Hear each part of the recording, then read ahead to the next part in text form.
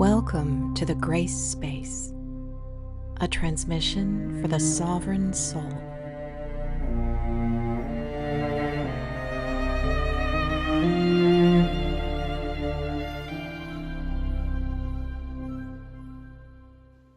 I see it as like an inverted system, right?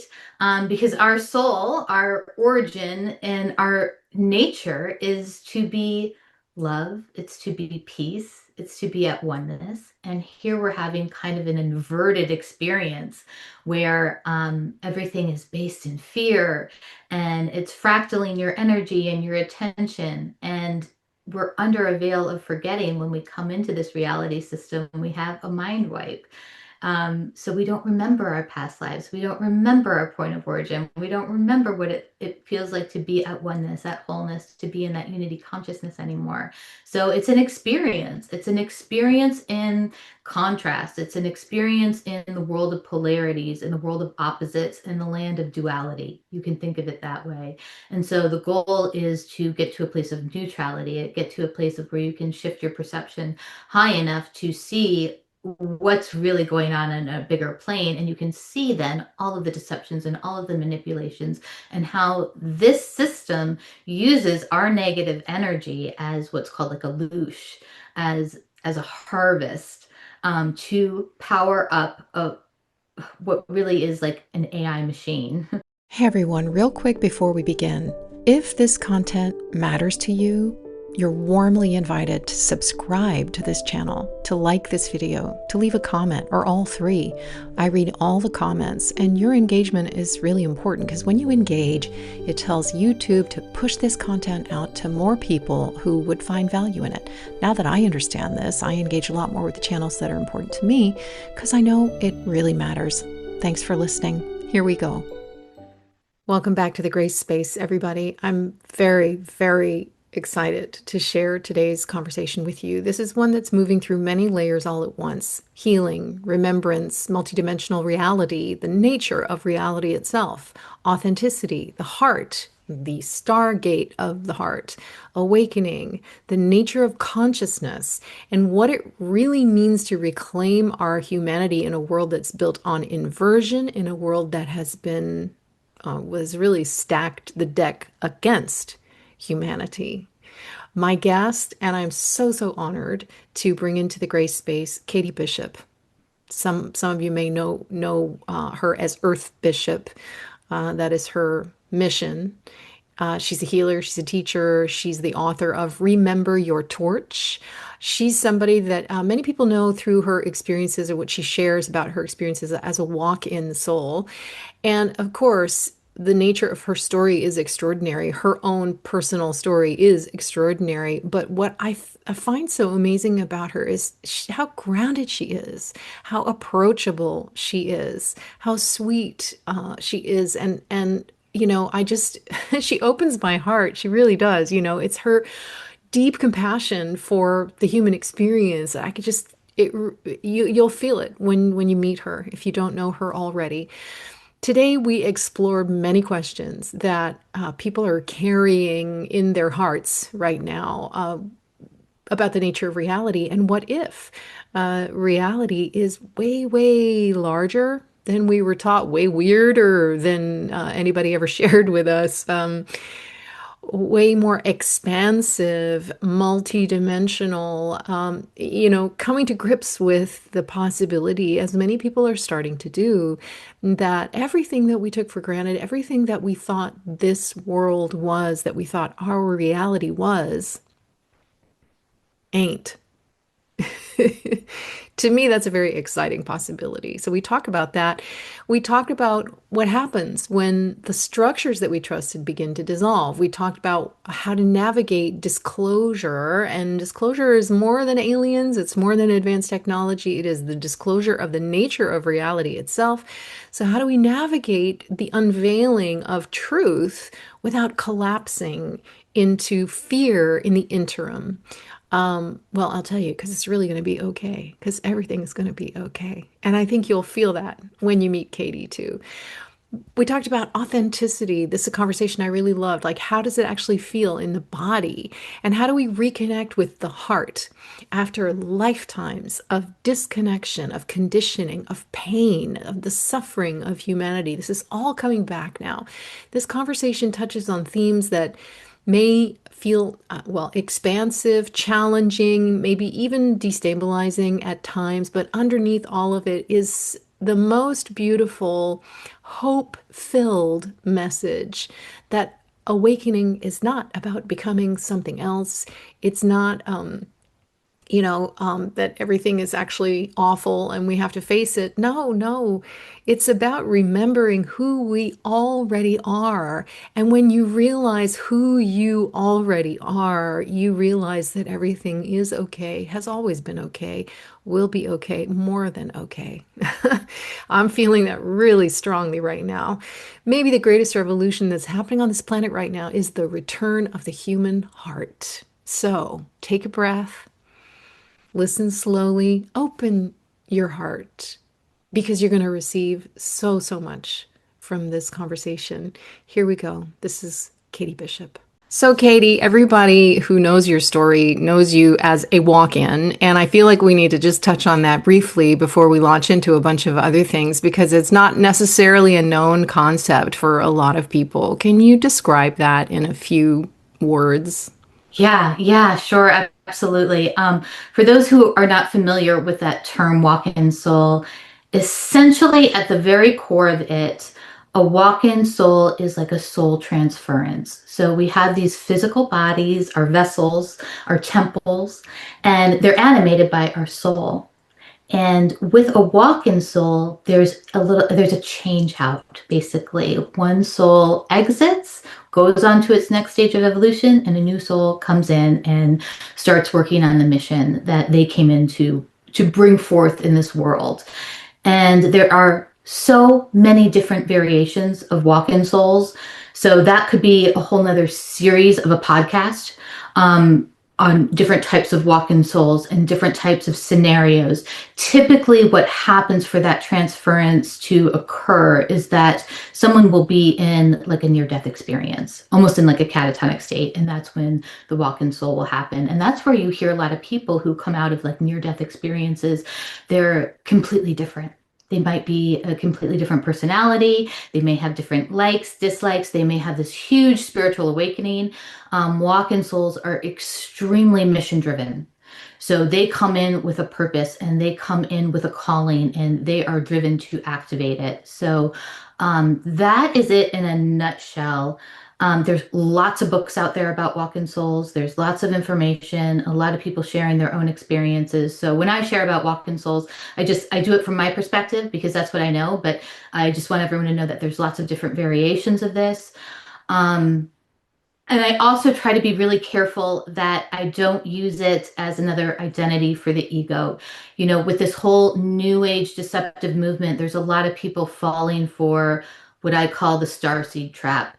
And they're identifying themselves so heavily with, well, I'm a Pleiadian, well, I'm an Andromedan, and I'm this. And then it just becomes another trap for the ego, a false identity. And so I don't like to label myself, but I have to share the walk-in story. I have to share that I'm a walk-in soul because it lays the foundation for all of the information that I bring forward and everything I'm doing in my healing practice and my courses. If I have to share that part of my life so that everything else makes sense. But I don't put a label on it. I don't on myself or, you know, doesn't mean that my life is more important than anyone else's. I'm just sharing the experience.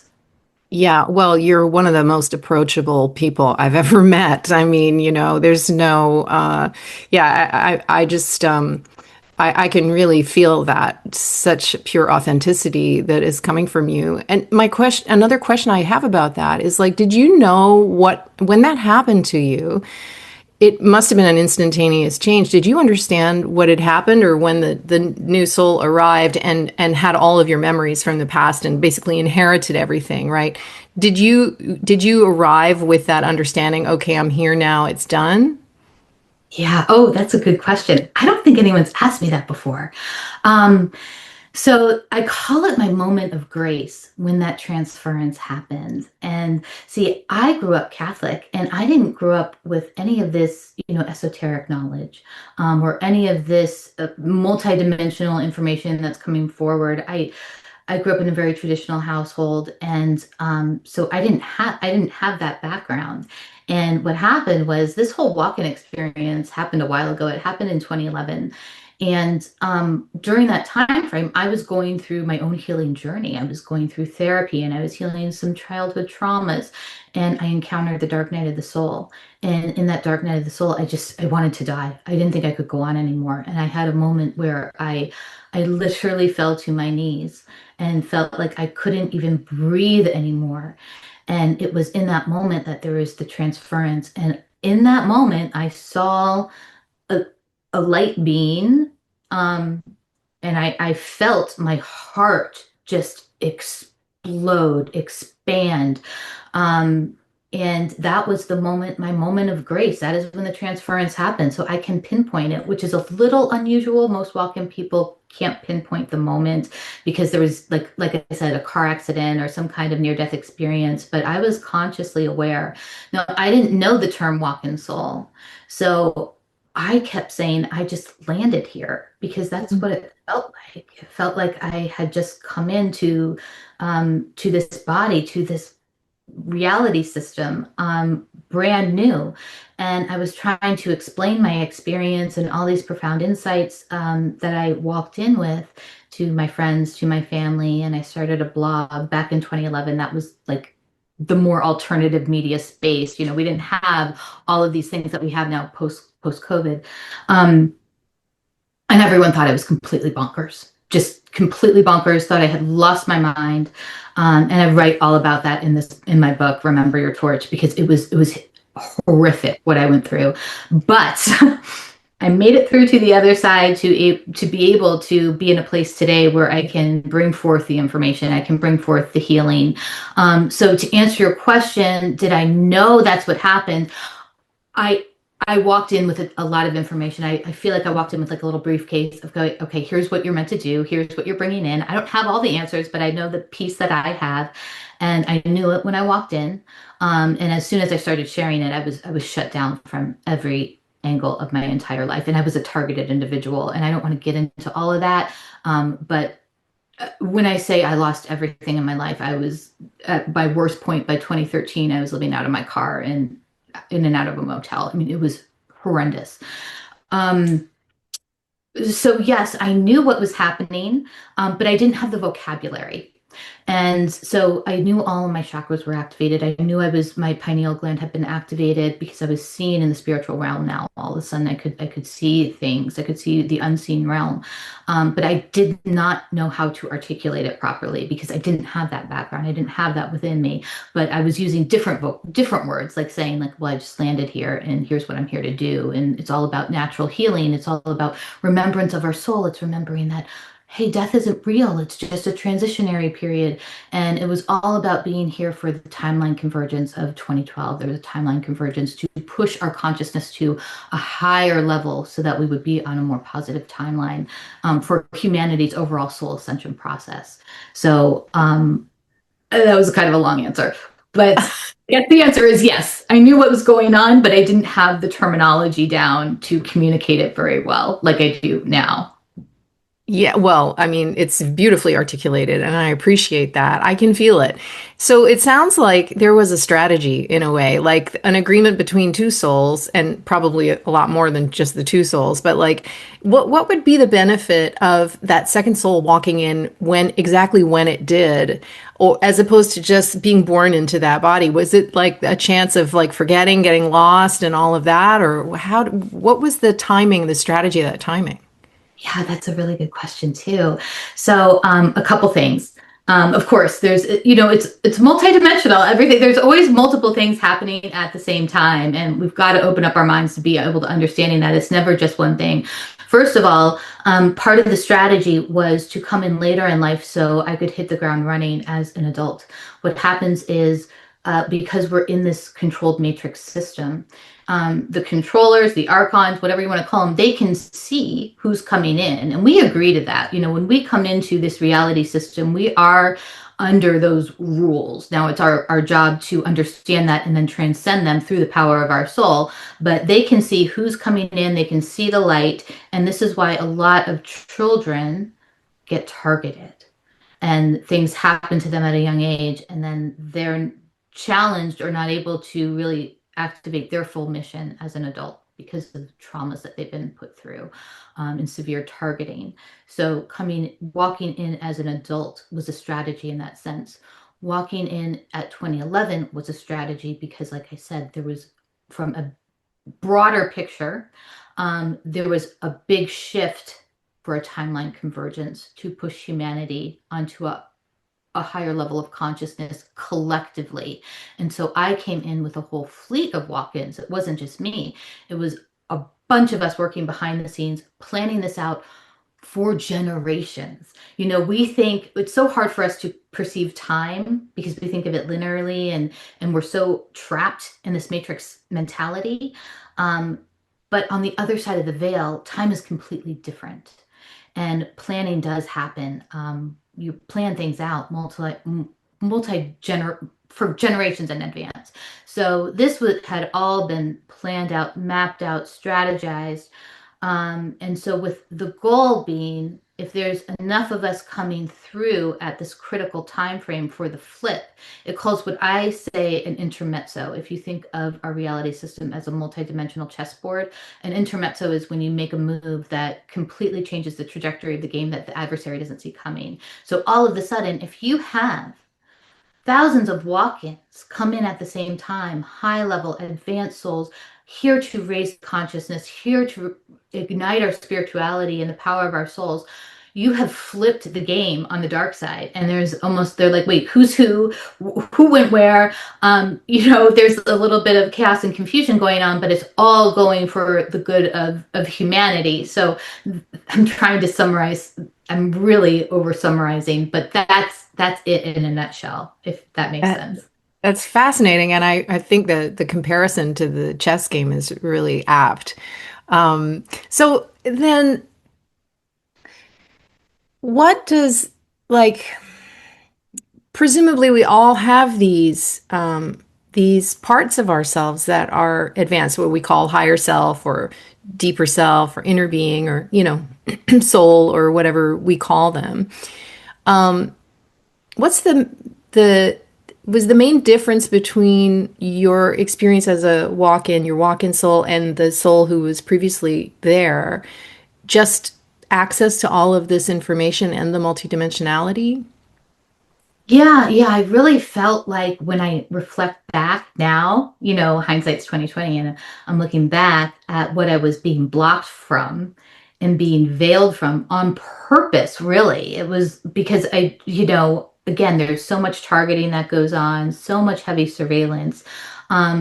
What the walk-in experience for me felt like was that lifting of the veil, so that not only I could see the unseen realm, see the spiritual realm, but I had an understanding of how it worked. Because it's really important to understand the mechanics and how this whole reality system is structured. I think that's the most important part of disclosure more than anything else. I so agree with that. Yeah. I mean, let's talk about that because, I was having a dialogue with someone the other day, and the person said, I was talking about some of the unseen world. I was sharing some of my experience in the way that I see reality. I mean, for me, it's not so much seeing; it's more like sensing and feeling. But I was expressing something, and she said, "Well, I'm a realist," and I felt kind of stopped in my tracks by that statement because it seemed to be saying, well, that's not real, right? And as I contemplated the conversation in retrospect, I thought, no, you're a materialist, right? A materialist who believes that that is what reality is. I'm a realist. I mean, in the sense that I want to see reality clearly, and the nature of reality is multidimensional. You know, the word reality is has totally been weaponized and, misunderstood. And so, as I have, you know, um, awakened in stages, because my awakening has been in stages of growth, I've come to realize that, what I thought was real, even though I guess I've always had a sense, I knew there was more, but what we call real and what we call reality is actually just a very limited material realm of perception, and expressly so, if you start to realize the degree of the deception that we've been living under. And I would love to hear more about that from you. But yeah, like what does when we say reality is multidimensional, what do we mean by that? How does that trickle down to us in practical terms? Like how can we help somebody whose basis is in the material world and doesn't really feel comfortable with anything outside of that? How can it be explained in a way that doesn't feel threatening? Yeah, yeah, it's so important to hold an open, safe space for people who are just learning about this. I like to approach people by asking them questions to try to pull it out of them, because you explain that really well. We're only interacting with a very small spectrum of light that our eyes can see. So most people think, well, if I can't see it, then it's not real. Now, really, it's almost like the inverse is true because there's so much going on in the spectrums of the light spectrums that we can't see with our eyes, right? One of the ways in which I approach people who are very blocked and very stubborn from not wanting to open up to the idea of a multidimensional universe and the multidimensional facets of their own soul is I'll ask them, well, what happens when you die? Now, a lot of people will say nothing, it just ends. Or some people will contemplate it. People who are religious will have an idea of an afterlife. And so, how I explain the true reality is the things that you carry with you when you die, the things, the memories, the love, the experiences, those are the things that are real. But you can't hold them, right? So it's those are the things that you can't see, but they're real. They're more real than anything else because when you shed the body, that's all you take with you.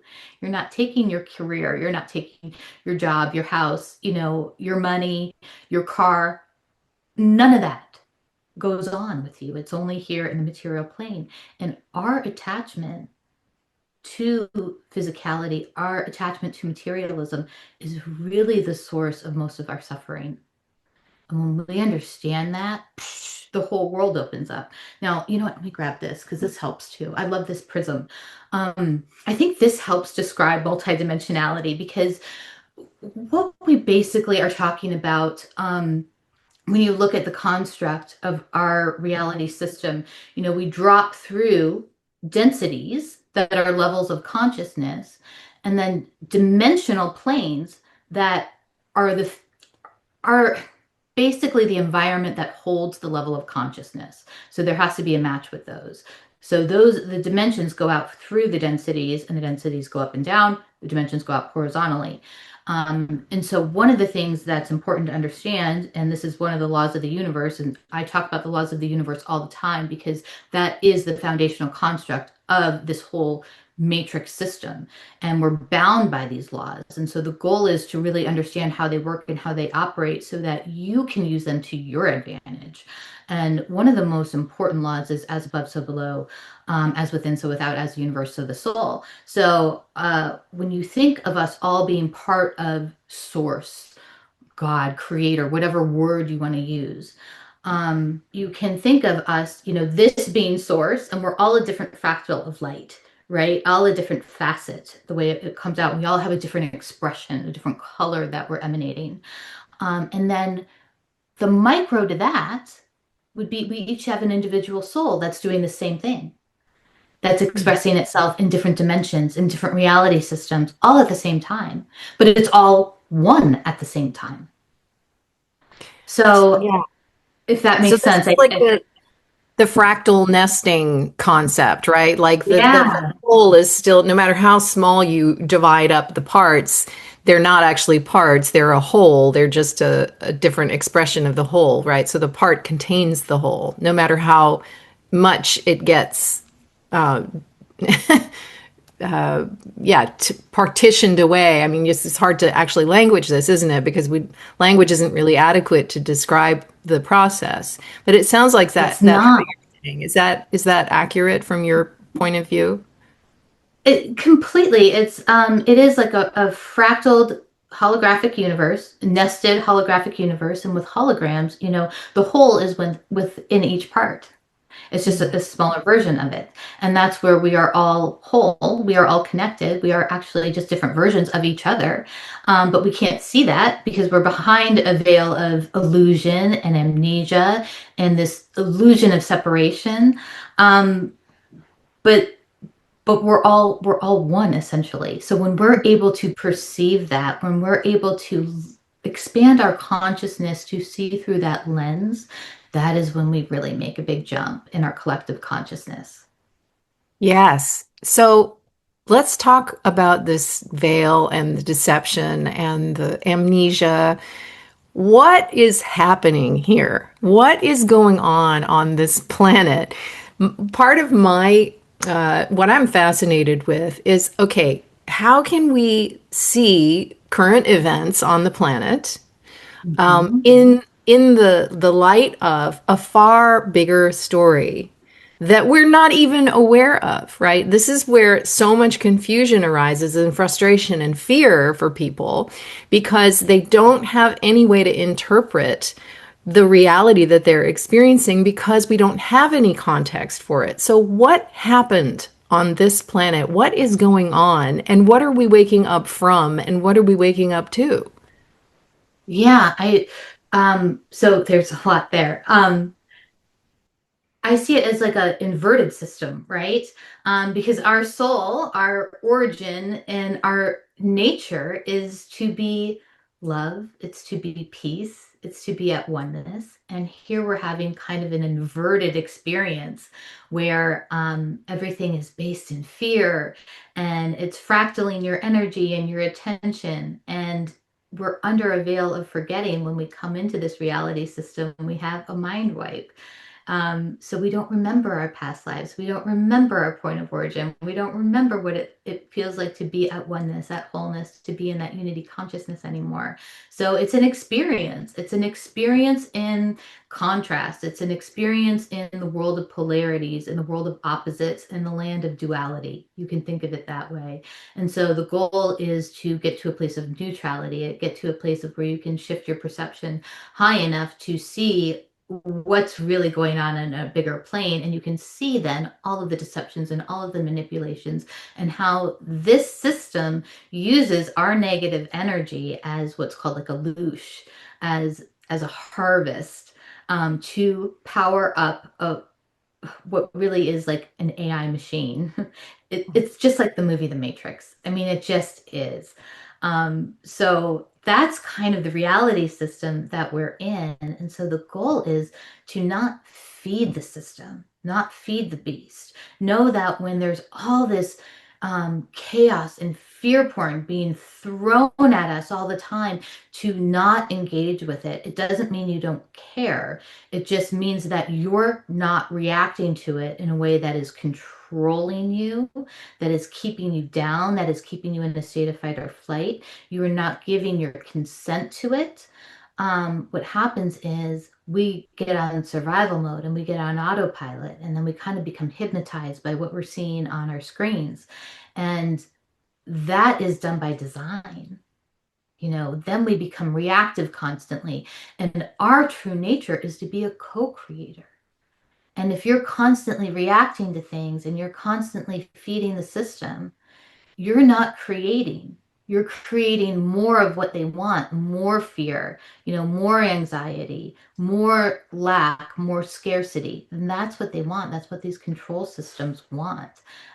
So it's all about self-sovereignty and owning your sacred energy.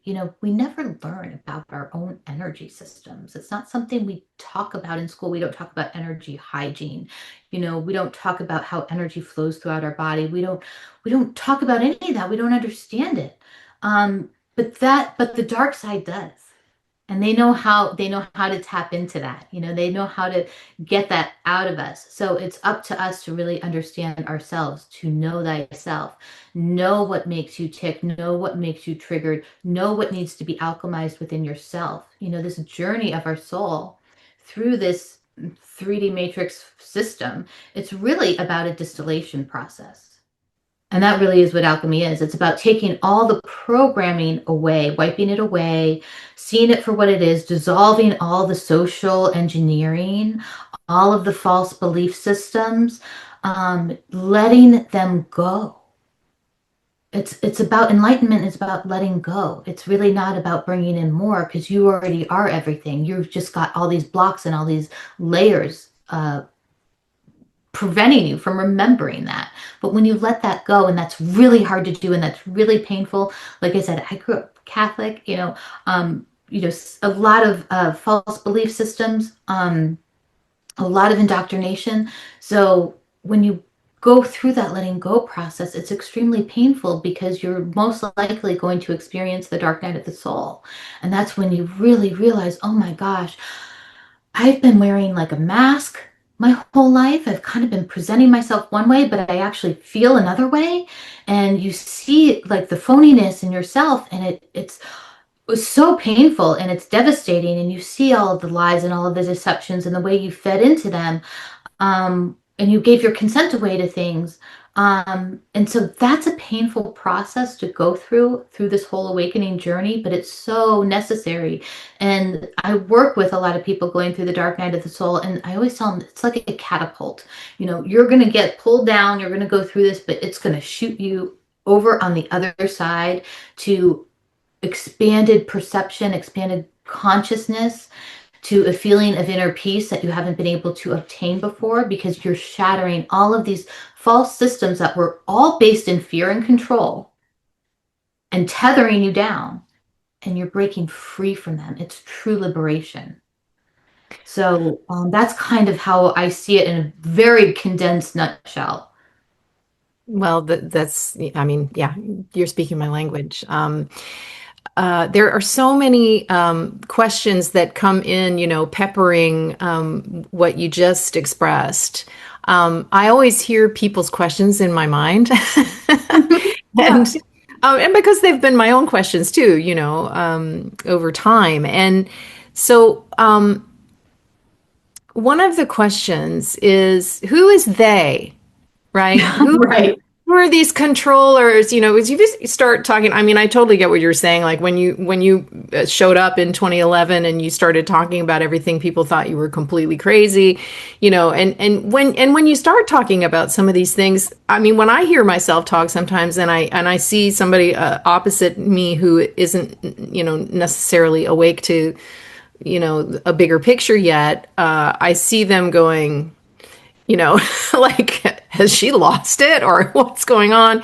Because it can make you sound paranoid. It can make you sound like, you have a really dark view of the world. And I don't feel like I have a dark view of the world at all. I personally feel like it's really important to see the darkness and to see the manipulation and all of that, because if you don't see it, then you can't empower yourself, to rise above it. You can't actually understand the nature of reality. So how can you navigate, right?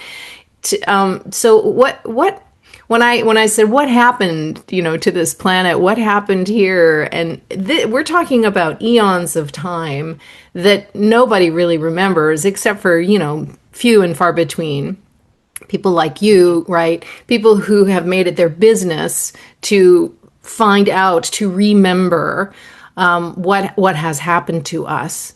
So what has happened to us? Who is they? Who is in charge of this? Because some people think, oh, it's the deep state, it's bad people.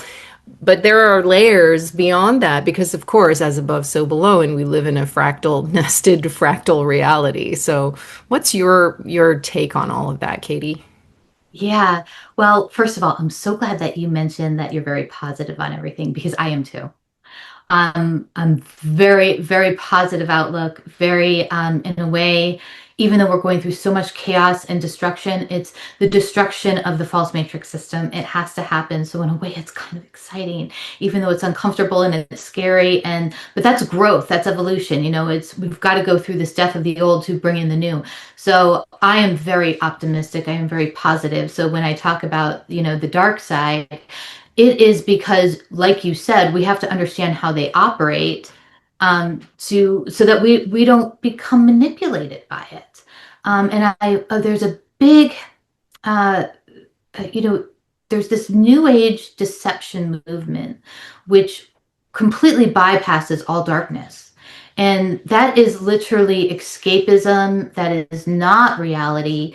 That is not helping because our job is to alchemize all of that darkness. It's our job to alchemize all of the fear. It's not to say that it doesn't exist, because it does. It's there, right?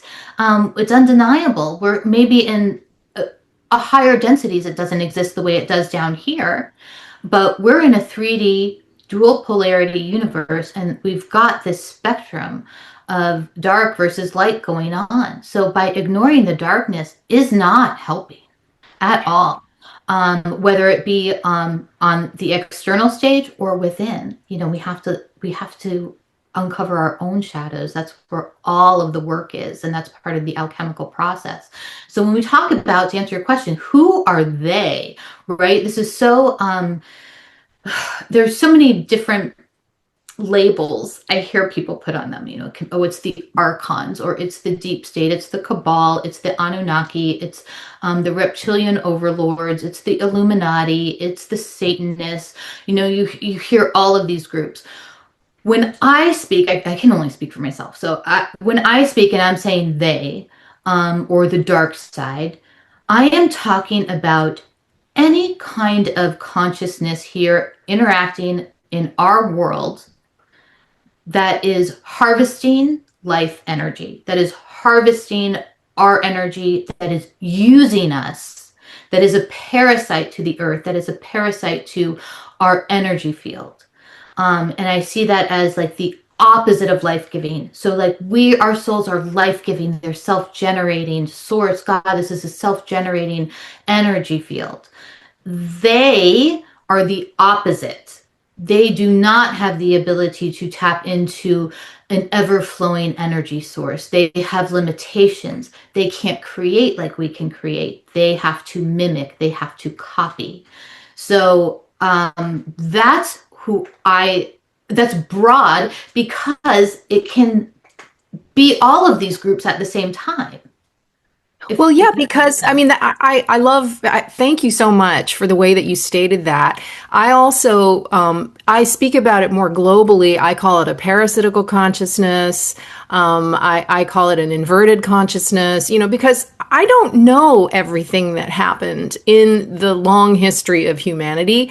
Yeah, of course, Anunnaki, Archons, Ea, Enki, you hear all different kinds of, and also conflicting information about, the influences that have interfered with us over millennia, eons of time.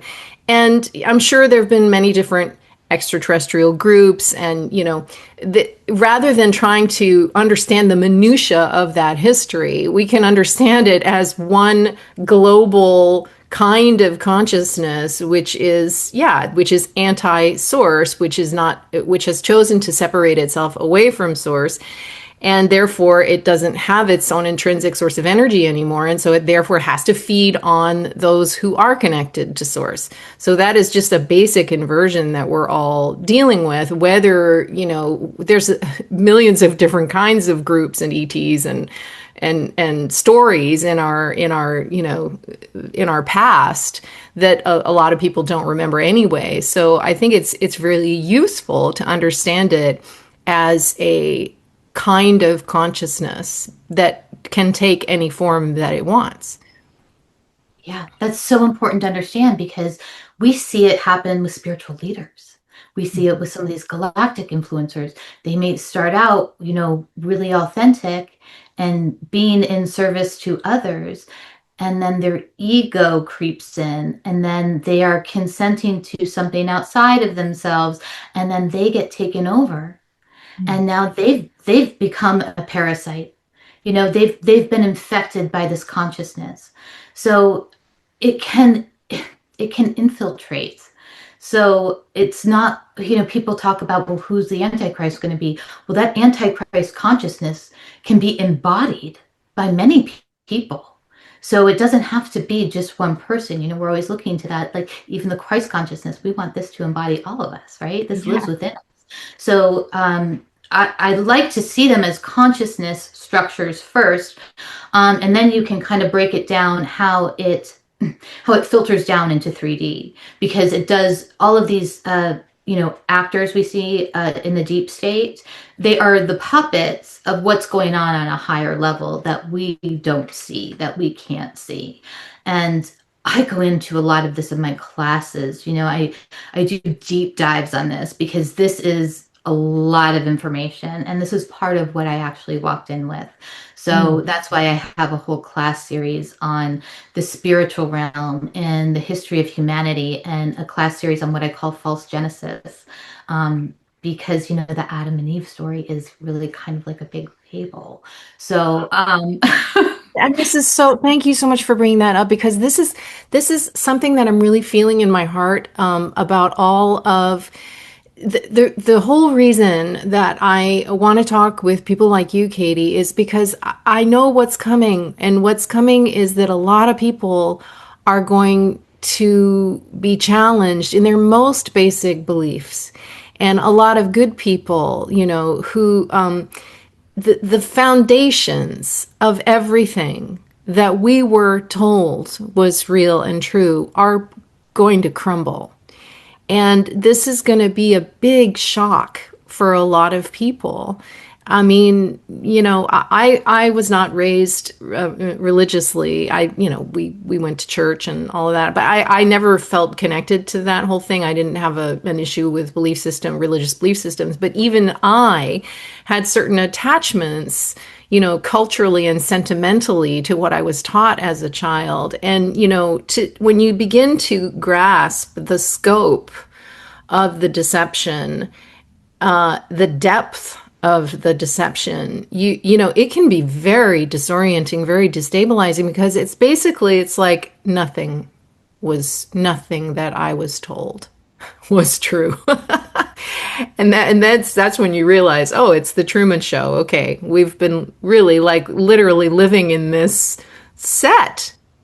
yeah, yeah, So I it mean, definitely be that way.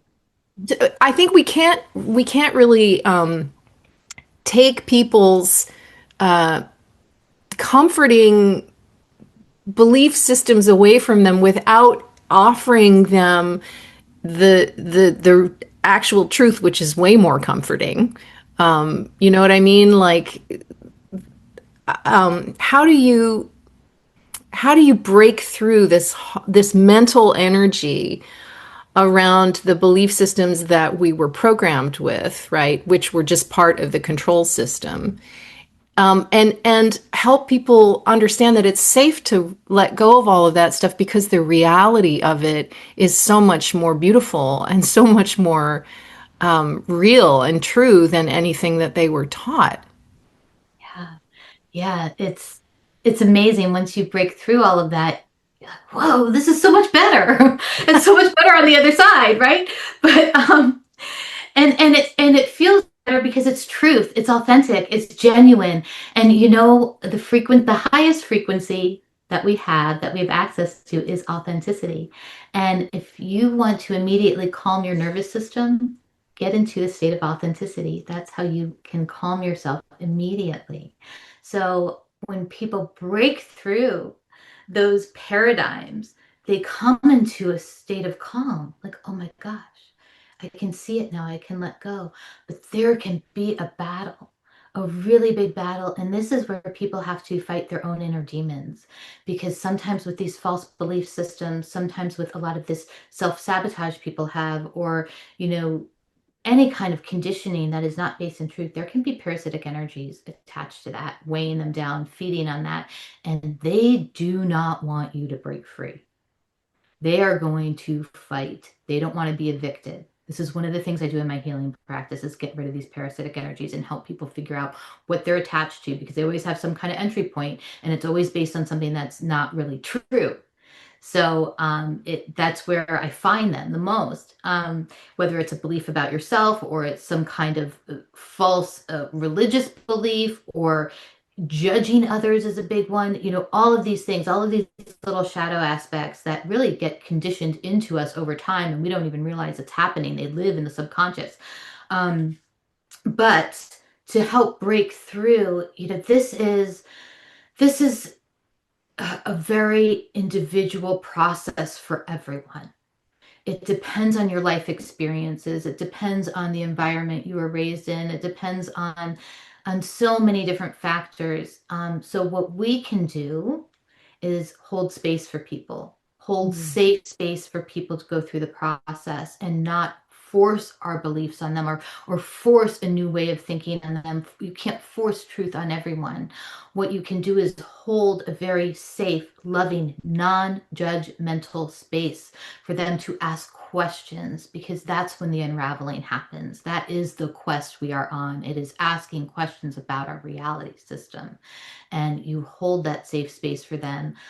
It's not about bombing people with red pill information. You know, we can't just do that and expect people to wake up. They're going to like immediately attack back. That's not the frequency we want to be in. So it's a unique process for everyone. But it starts with asking questions about our reality system. It starts with asking questions about, you know, for me, even as a young child, I always had questions like, why is God so mean and angry and jealous? Like, ugh, I had so many questions about why, you know, he had all these issues if he was such a loving, all-powerful God. You know, it didn't make sense. There were so many things that didn't make sense, and I write a lot about that in here as well. Now, a lot of people, the awakening journey starts in the field of healthcare, Yes. because that's a big deception, right? Big pharma and the medical mafia. And what happens is people realize they get sick, and they start going through a healing process, and they realize, oh my gosh, everything is poisoned. And then that starts them going down some rabbit holes, and then they start unraveling. They see it in the education system, they see it in the government, they start seeing it everywhere. And this is where, again, we have to hold safe space for people, because this is where people can just lose it, because they start to realize, oh my god, the whole thing is a deception, the whole thing is rigged, and I've been feeding into it this whole time. So this is another reason why people like you and your audience are waking up and going through their own dark night of the soul, and going through their own awakening journey, so they can hold space for more people to go through it. Because we can't all wake up at the same time. We can't all go through the dark night of the soul at the same time. Everything would collapse. We need to do it in waves and in stages, so that we can help other people go through it and be the light for them, and throw them the life raft and say, it's okay. It's okay. I'm here. I've been through it. Let me help answer your questions. You know, this is a safe space. You're not going to be judged. So that is kind of my strategy for helping people with this, because like I said, you cannot force it. That's not the right way to go. It's so true. I just want to come back to something you said that is so key. You said the highest vibration is that of authenticity. And that is so ringing true. I know that this is true. A lot of people, if you would ask them that question, they'd be like, well, love is the highest vibration, you know. But authenticity seems to be that thing that we come to when we're okay with ourselves. Like when we've let go of the phoniness, the masks, the stuff we did that was, that was painful for ourselves and other people. When we have, forgiven ourselves, all of that falling away of the construct, which is false. Right, as you said, this process of awakening is not about adding a bunch of information to your head. It's not about like book study and accumulation. It is all about letting go. It is all about releasing what isn't true, and what is left is the truth. So yeah, when we go through that process and we see the degree of deception that has been perpetrated on us, to me, that's part of how we can forgive ourselves too, is that there was so much we couldn't see. There was so much we just didn't know, that we were unaware of. And I think human beings are by nature innocent and trusting in a way, that we start out innocent and trusting. We learn discernment. We learn how to, that's how wisdom comes about. But, we have trusted the systems that surround us because we never have known anything different. And because the people that we love and trust seem to have trusted them. So we get enrolled in all of this innocently, and it creates terrible distortions in us. And we act out from the pain of those distortions. When that falls away and authenticity is just that real self begins to shine through, isn't it? Yeah, and I like what you said, because people about love, because people will say, well, no, love is. Well, authenticity encapsulates love. Our view of love on this plane is very conditional and transactional. And authentic love is actually a state of being. And Mm. that is our true nature. That is our authenticity. That is the the origin of our soul. That is where we come from. That is what we emanate when we take away all the layers. It is a state of love and truth and wisdom. And so it's authenticity. When you're in an authentic state, you are in a state of love. It comes with it. That is who you are. That's who we all are. So when you Yes. fall back to that feeling, that's who you are, and that washes away, all the fears. Yeah. So when people are afraid and they hear all kinds of negative stuff on the news, if you still listen to the news, I don't recommend it, but anyway, it can be just to find out, what they're saying about what's going on is can be interesting when you start to realize, okay, well, everything is a curated message. It's all engineered, and they don't let a syllable out without understanding the impact that they want to have. Before I get off on a tangent with that, but when people get caught up in worrying about what's going on in the world, and is everything going to be okay, and look at everything is poisoned, and how can you live in this state, how can you allow yourself to see the depth of the depravity that underlies the conditions that we call normal. When we get caught up in that, how can we find our way through to what's true again? How can we hold all of this negativity and this toxicity, this poison, this literal assault on us, which is happening every single day and seems to be intensifying now? How do we hold all of that in the balance with truth? Hmm. Yeah, well, a couple things. First of all, you choose what you allow into your field. You choose what you receive. We are, receivers of information, and so you are choosing what you're allowing to be in your field and whether you consent to it or not. So I'm not saying shut everything off at once. It's important to know what's going on, but not to engage with it emotionally. And when you do that, you can start seeing the patterns and the cycles and the recycled headlines, and it almost becomes ridiculous. Like, oh, I guess they're running that program now. You see it from a higher perspective. It's like, isn't this a rerun from last year? I already saw them play this out. You see the stage. It is a stage. The world is a stage. There's multiple stages going on. And this is like a galactic universal motion picture that we're all a part of, and everyone has an important role to play. So it's really important to keep in mind that you're not here to just watch. You're not here to just consume the information. You're here to create your own reality. So you can say, okay, that's what they're doing. I'm not engaging with it. I see the fear that they're trying to put in me, and I'm going to transmute that. Now, fear, I love the two acronyms for fear, false evidence appearing real, or face everything and rise. Those are my two favorite things. And part of this new age deception wants us to say, oh, there is no fear. It doesn't exist. Well, it actually does exist. Our goal is to alchemize it, is to transmute it. If you feel fear, that's a signal. Fear can be a signal that you're in danger, right? It's an instinct that we have. It's not necessarily a bad thing. It's there to protect us. It's there to say, hey, something's not right.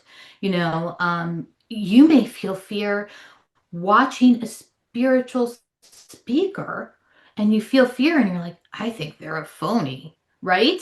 Because your instinct is telling you something is off with this person.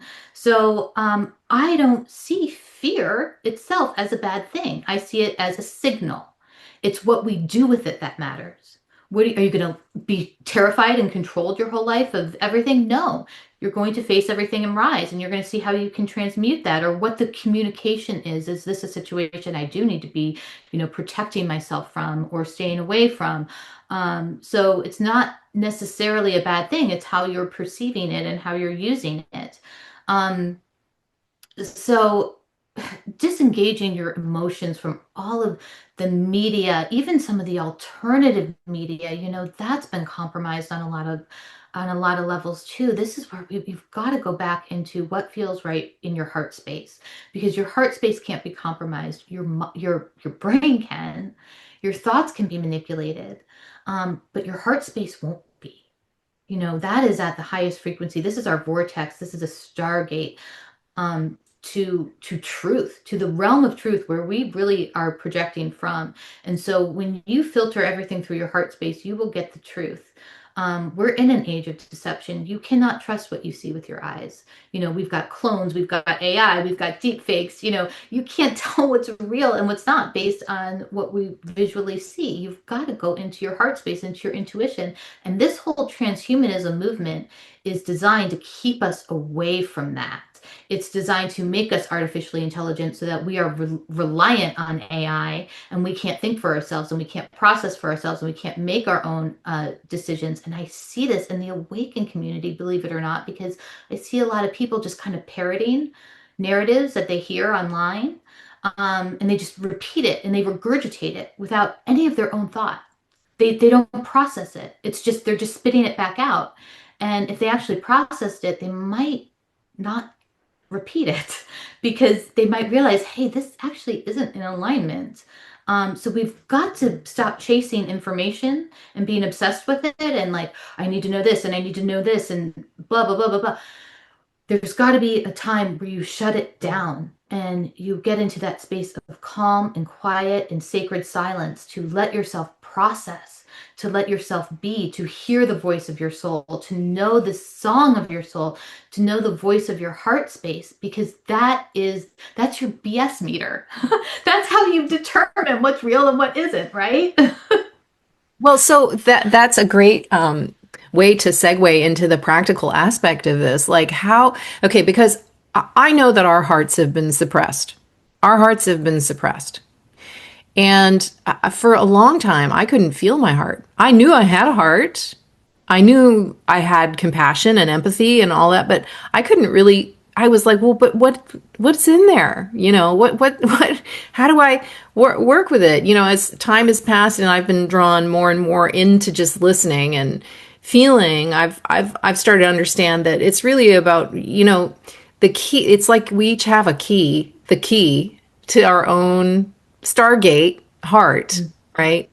Or and And so I was like, that, what is that key? It feels like resonance, right? Like you have to resonate with that gate to open Yeah. it somehow. That's how I'm experiencing it. So, because it's true that all of the chaos out there and the inability to be able to tell what's real and what isn't real with your mind either will drive you completely crazy and you'll lose your mind, or go off into some distorted fantasy world, or you got to come back to your heart. Those are the choices that we have, right? So it is in a way forcing us to come back and to feel for what is real within ourselves, and the only place that we can do that is the heart. So how does somebody who has never really had that experience of like this huge starburst that you experienced when your heart exploded, for example, how can they connect with their own stargate? Yeah, I help people with this all the time in my healing practice. This is the goal, is to connect with the heart space, to open this up. And this question almost brings tears to my eyes because part of this mission coming in was to heal the tremendous heartbreak on this planet. And I don't mean romantic heartbreak. I mean the heartbreak of,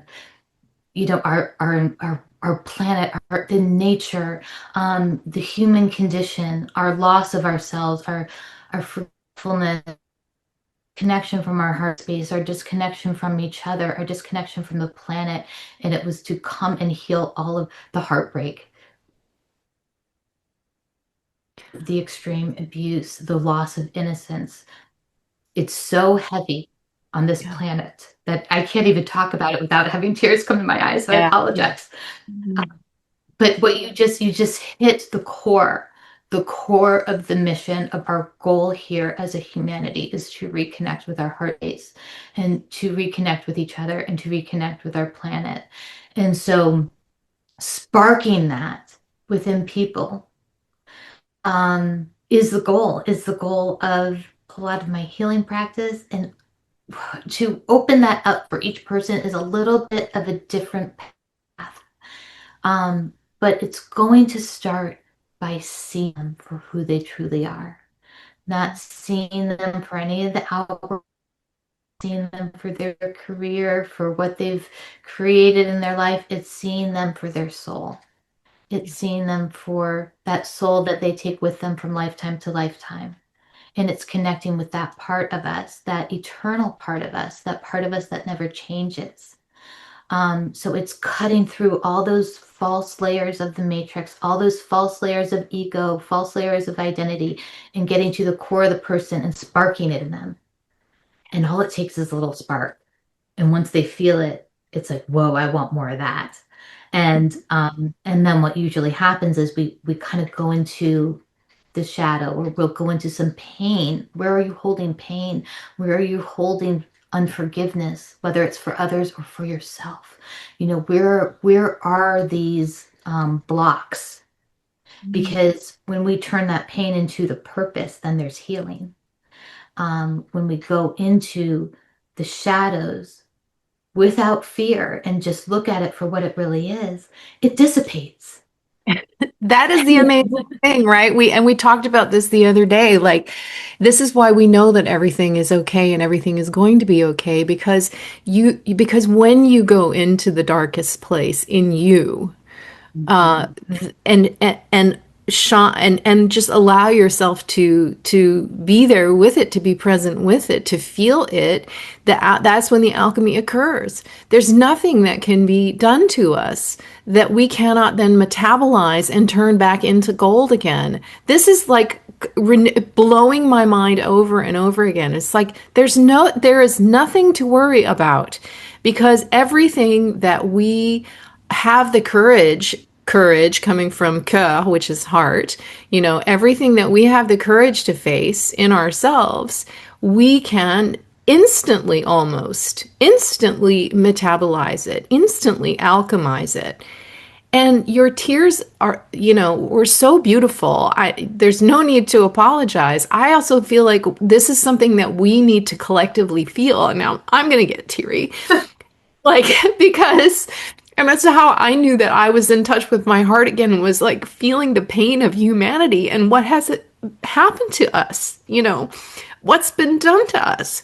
It's not, it's not weak to acknowledge that. It is strong. It's courageous to acknowledge that in my feeling of it, because we have to see that, that this noble, amazing incarnational vessel, which is a full universal fractal of the source, has been taken advantage of and has been reduced. And I mean, it can't ever really be reduced, but at least in terms of overlays, it has been attacked, it has been deformed, it has been shamed and degraded, and we have therefore very poor opinion of ourselves. And it doesn't need to be that way. And it feels like this is the rehabilitation. The reconnection with the heart is like the rehabilitation of our self-esteem in the most profound way. Because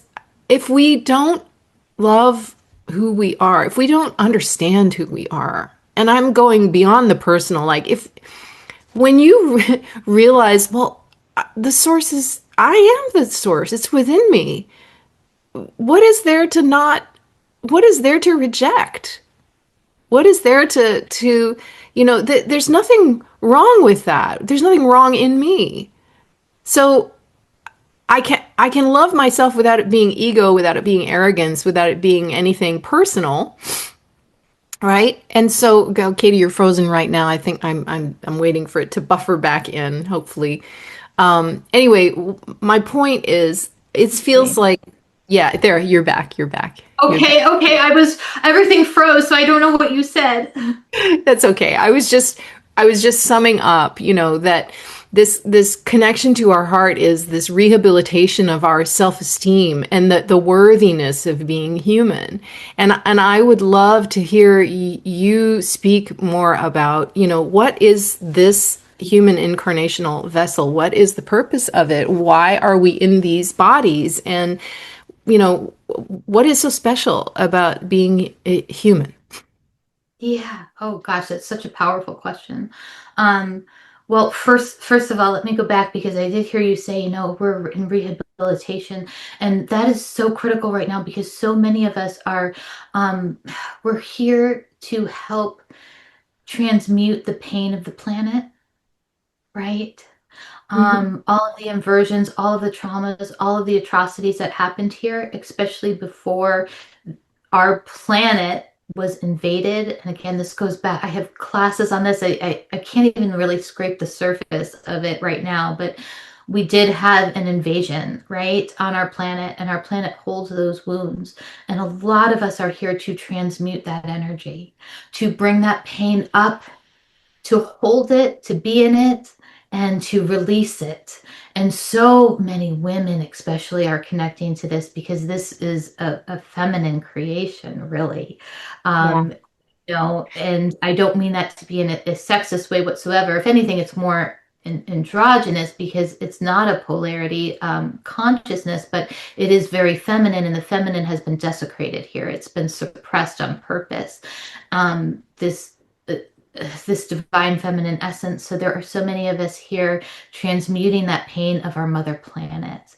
And I can't tell you how many women reach out to me after my classes, especially my Matrix Mystery class and my Tiamat and the Dragon Initiates class, where I talk about the mother planet before we had this invasion, and it brings a flood of remembrance for women, and they go through a whole purging and a whole healing process. They feel the mother, they feel the planet, and they feel, I'm here to do this, I'm here to bring this energy back, and they know it, they know they're a conduit. And it's incredible, the transformation that we're all bringing forward collectively.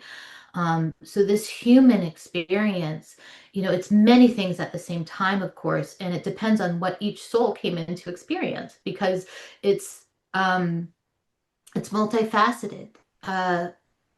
Ultimately, it is about having the experience of being a human on Terra, on this 3D Earth at this time.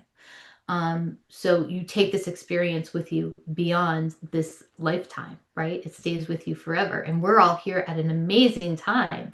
This whole collective awakening, this whole transformation, that we're going through. So it's a very exciting time to be a human. And right now at this time, it's about humanity's liberation, because historically our species was created to be a slave for these false lower G gods.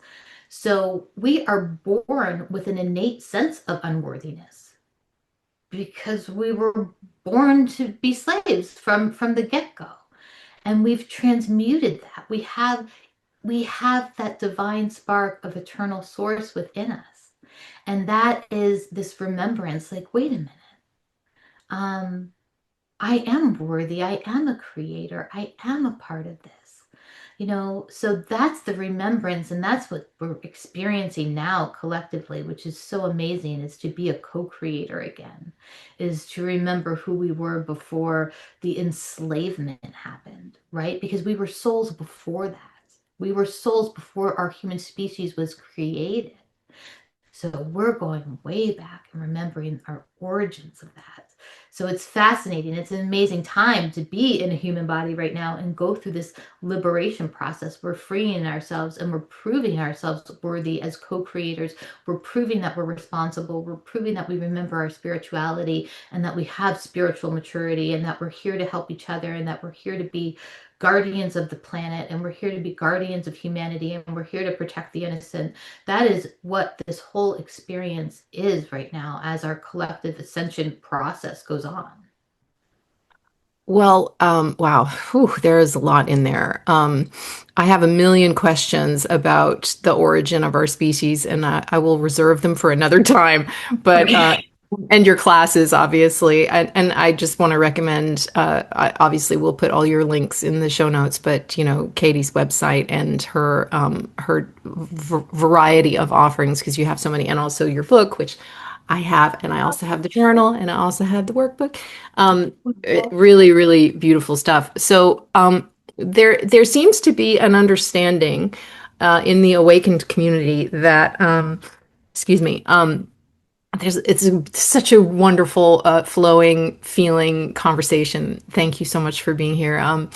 There seems to be a certain level of agreement in the awakened or awakening communities that the time has come. That in other words, the deep state, which is really just the arm of a parasitical consciousness, which has been dominant on this earth for eons of time, has reached a term, right? That it literally cannot go on forever, right? And the time has come, and that's why we're all here, because it's exciting to be at this convergence of multiple timelines, and everything just coming together for our liberation. Why has the time come? How can we understand the cycles of time, like how long have things been this way? Why are they coming to an end? Why do they have to come to an end? And what's coming in the next year in your feeling? Yeah. Wow. Well, it's my understanding that when we shift through the ages, like we're shifting between age of Pisces, age of Aquarius, that there is a window of opportunity for soul ascension.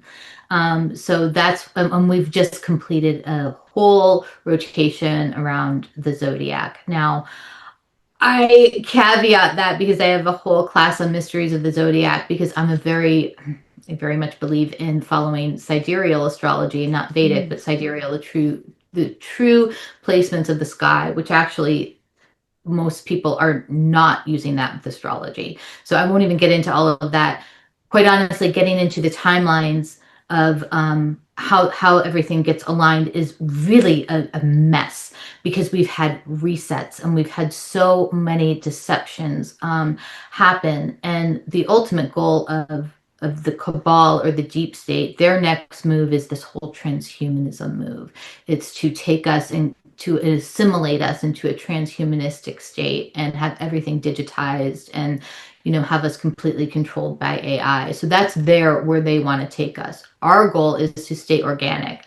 Our goal is to, remember that all our power, everything we need comes from within, right? That's our source. That's our generator. We don't need it from the external. We can use external technology as a tool, but we don't want to embed with it or be reliant on it. We want to be able to remember that we can do all these things on our own.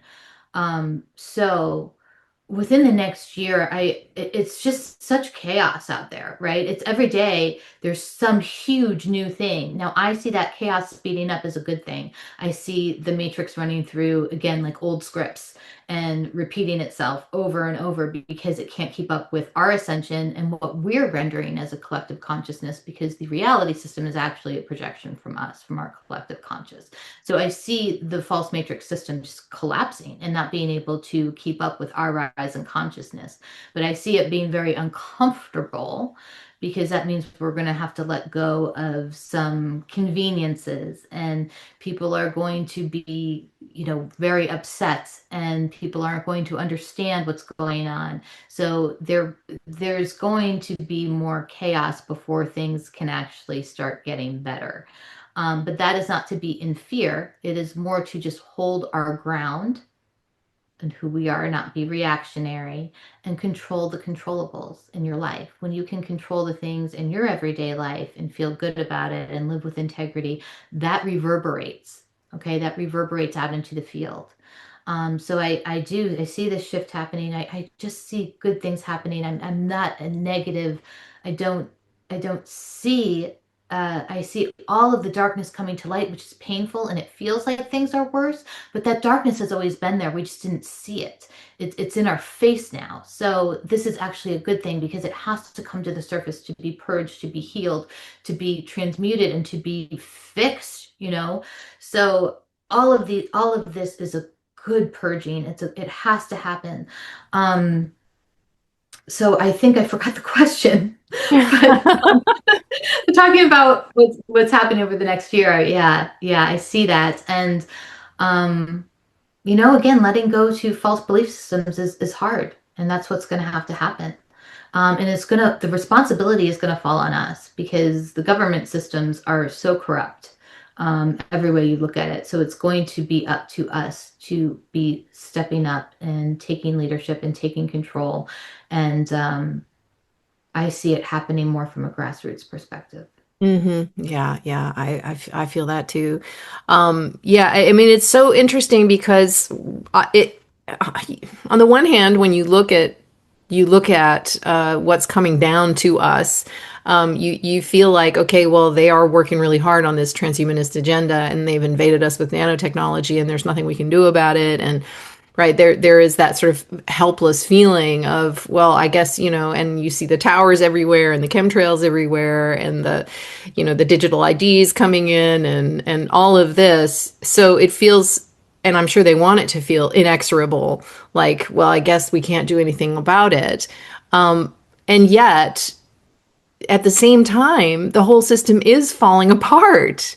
I mean, I'm just so curious as to how this is going to play out in real terms, in real time, in everyday life, because the power is of the real, or the organic, is growing. And I think it's important what you said too. You stated like it's really between the synthetic and the organic as well. We talked about the parasitical consciousness, which is a synthetic kind of life, right? And then there's us. We're holistic and organic, and we have everything within us already, and we don't need to be enhanced. So I talk about that a lot. So just in practical terms, in everyday life, I mean, they're saying, for example, that that disclosure is going to happen probably in July, that they're going to release all of these UFO files and blah, blah, blah. And I mean, disclosure is so much more than aliens and UFOs, obviously, but it's all connected, right? Even if they seem to give some concessions on the world stage to disclosure, I think we have to really start to be sharp in our perception and see that there is the synthetic dark, but there's also a synthetic light. And those are two sides of the same coin, and neither of them are reality with a capital R. None of them are the true organic way of life. And so it's easy to get caught up in that deception too. And I've noticed like a number of people who came forward that I've heard interviewed on various podcasts, some of which are pretty well known.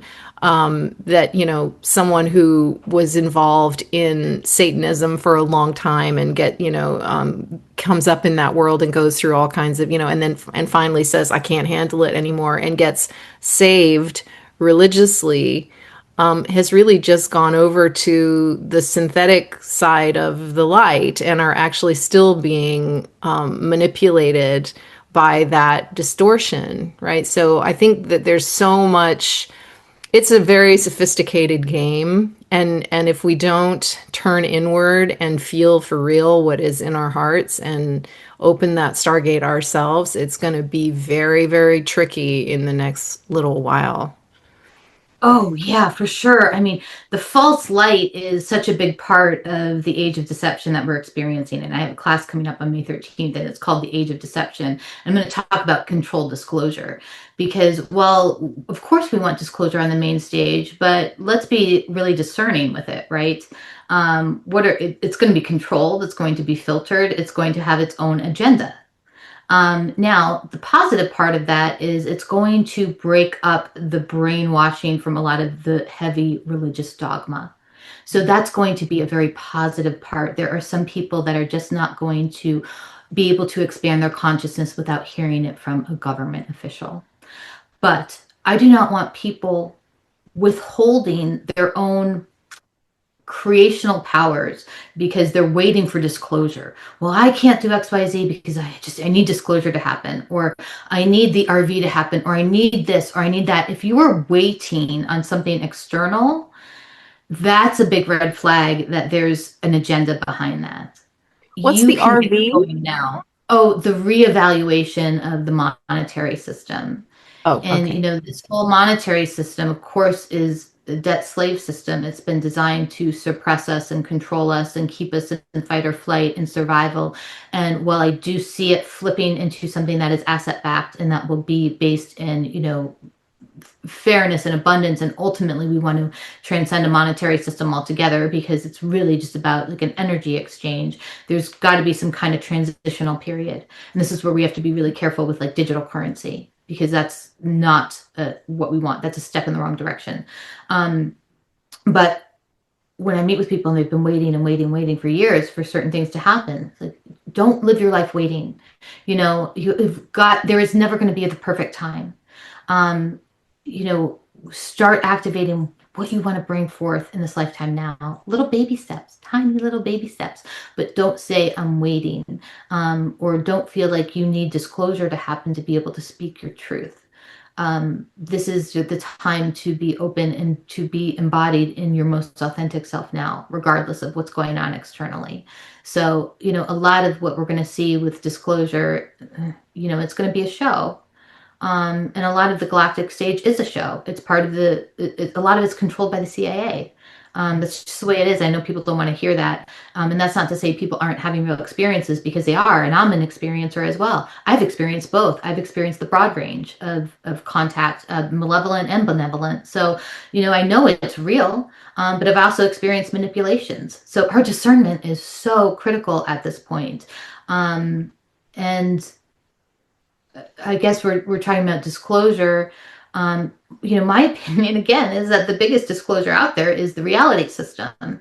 And it's not so much about when you understand the reality system and the structure, then you understand this whole UFO phenomenon and all these other like weird anomalies kind of snap into place. And you see that a lot of it is for control and a lot of other things going on. So kind of taking the power away from that a little bit and putting it back within ourselves, because it's not about them. It's not about ETs that's going to awaken us or bring our soul remembrance back. They can assist with that process and the liberation, but it's not about them. It's about who we are as a human species. That's what's most important.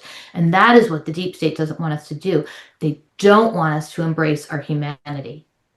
When we unite as a human species and we're proud of who we are and we love who we are and we care about each other, they lose. Yeah. Yeah. I mean, that's to me the disclosure is the real disclosure, like as you say, right? I mean, disclosure, it is all of these points that are connected, and you start pulling one thread and you're going to end up with the whole sweater. But like at the bottom of that, underpinning all of that is who we are, right? And there's been such a campaign to make us the problem, and to make us uh, despise ourselves, right? And if you despise yourself deep down, then you won't liberate yourself. You can't. So yeah, team human. That's what I always say. Yeah, Team yeah, human. We gotta exactly. If remember we that. can't embrace our own self-respect and self-worthiness and healthy self-love, we can't give that, right? It won't come through in an authentic way. But because we're in this false matrix system, we kind of are forced to put on a mask when we go out and engage. And so that gives us a sense of inauthenticity. And that's where people have, start feeling disconnected and unworthy. And so the whole goal is integration. So even if you're going to be around people that aren't awake, you can still be authentic. You might Yeah. have to filter what you say or say things in a way that the people will be able to understand, but you can still be authentic about it and you can still ask questions to them and say things to them that are going to spark their soul remembrance. Yes, yes. Well, that brings me to the name of your website and your practice, Earth Bishop. Talk about what the bishop is, and I mean, what that spoke to in me was we're all an Earth Bishop, really. We can all be an Earth Bishop. But tell us what that means. Yeah, yeah. It has a multidimensional meaning, of course. I love using the chessboard as the analogy for our multidimensional experience, and my last name is Bishop, so I use the chess piece, right? And this is not a reference for Freemasonry. I know there's like, that is a symbol for Freemasonry. I'm not using it in that context. I'm using it just as an analogy of the game, multidimensional nature. My last name is Bishop, so it just makes sense. Okay, it's not dark symbolism in any way. um, and bishop means guardian, protector, overseer. And so I want everyone to be an earth bishop, a guardian of humanity, a protector of our planet. That's the goal. It's to reignite that symbiosis with our planet and with the elements and what we're made of, and to be the caretakers of the animals and nature. That we're all meant to be one, and our planet doesn't actually need us, right? But we need our planet, and we kind of live the opposite way. So it's to help kind of reignite a new paradigm shift in the way we think about the earth and our planet and each other, as all connected and all being one. So that's why I chose the name Earth Bishop. I was going to use, I love the name Tara for Earth. Or Terra, or there's other names for the Earth key, but Earth is the one everyone knows. So Yeah. that's why I went with Earth. Well, yeah, again, your website is a great center for all of the different ways that you help, that you act as an Earth Bishop. And you know what you said a moment ago about how each person can do something now. And it's not about waiting, and it shouldn't be about waiting. You know that we each have our individual connection to Source, and there's no one is higher than anybody else. You know, we all have that connection. It's just a question of our readiness and our awakeness at any given time. The more we do that, the more we connect to that, the more we bring in this new Earth reality that we're longing for. You know, it's not about waiting for it to, you know, for systems to say, okay, now it's time for new Earth. I mean, that's not the way it's going to happen, right? So, yeah, it's. I love how you remind us to stand in our natural authority and to go within and bring forth what is within us already, which is the entire universe. So, how can we not be whole, and how can we not be complete if we bring forth what's more of who we really are? Any final words that you would like to leave us with, Katie? Well, I would like to leave us with, I guess, just don't fall for the divide and conquer. Don't fall for the distractions. Um, don't fall for the fear and all the propaganda. Um, really put your intent and your focus on living through your heart space. And that's hard to do in this world because we're bombarded all the time with things that are going to throw us off. But if you set your intention to try to live through that space in a state of calm, being calm is more powerful than it gets credit for. When you can be the calm, the eye of the storm, you are in your power, right? You're not in your power if you're chasing headlines or chasing information or being reactive to everything. That means something else is controlling you. When you're able to find your sacred silence and the voice of your soul, you're empowered, right? And then you're able to help others. And that is going to be how we change the world.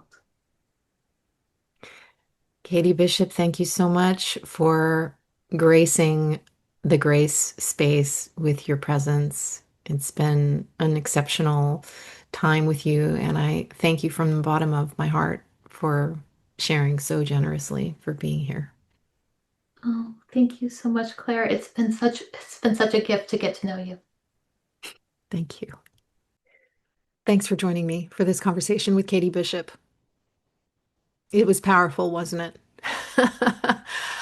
You know, what stays with me after we finished speaking was this idea that I've embraced for a long time, which is that awakening is not an accumulation of knowledge, right? Awakening doesn't have to do with getting more information, right? And as I always say, information is not transformation.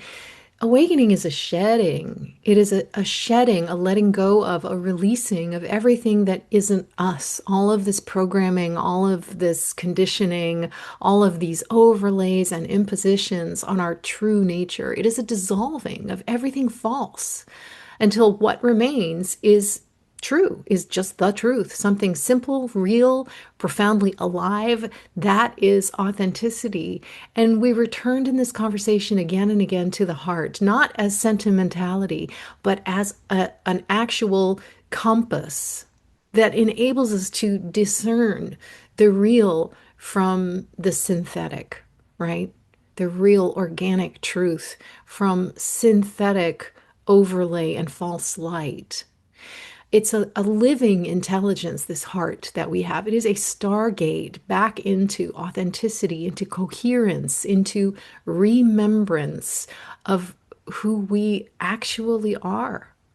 That's what disclosure is to me, right? Disclosure of who we actually are. And perhaps the deeper invitation beneath all of the chaos and the confusion of this moment that we're living through, is not to become frightened, not to become more reactive, but to become more real. It forces us to come back inside, to be more present, to be more honest, to be more ourselves, more connected to what we actually feel and know in our hearts beneath the noise. If this episode resonated with you, I encourage you to explore Katie's body of work. She has so much that you can explore on her website, her courses, her healing offerings. She's an amazing healer, and I can attest to that personally. I have experienced the healing space that she holds, and it is powerful. Her book, Remember Your Torch. I'll place all her links in the show notes, of course. And if this conversation supported you in some way, please consider liking, subscribing, sharing this episode, leaving a comment. All of that really, it matters. It makes a difference so that the YouTube algorithm, blah, blah, blah, can send this kind of material out to more people who need it. These are interactions that are simple, that don't take long, but that genuinely help these conversations reach more people during a time when many, many people are searching for deeper context and truth and connection. So, as always, thank you. Thanks for being here. Thank you for walking this path of remembrance with me. I'll see you soon. And as always, walk in grace. You've been listening to The Grace Space. To amplify this field, you're welcome to like, subscribe, or share. Thank you.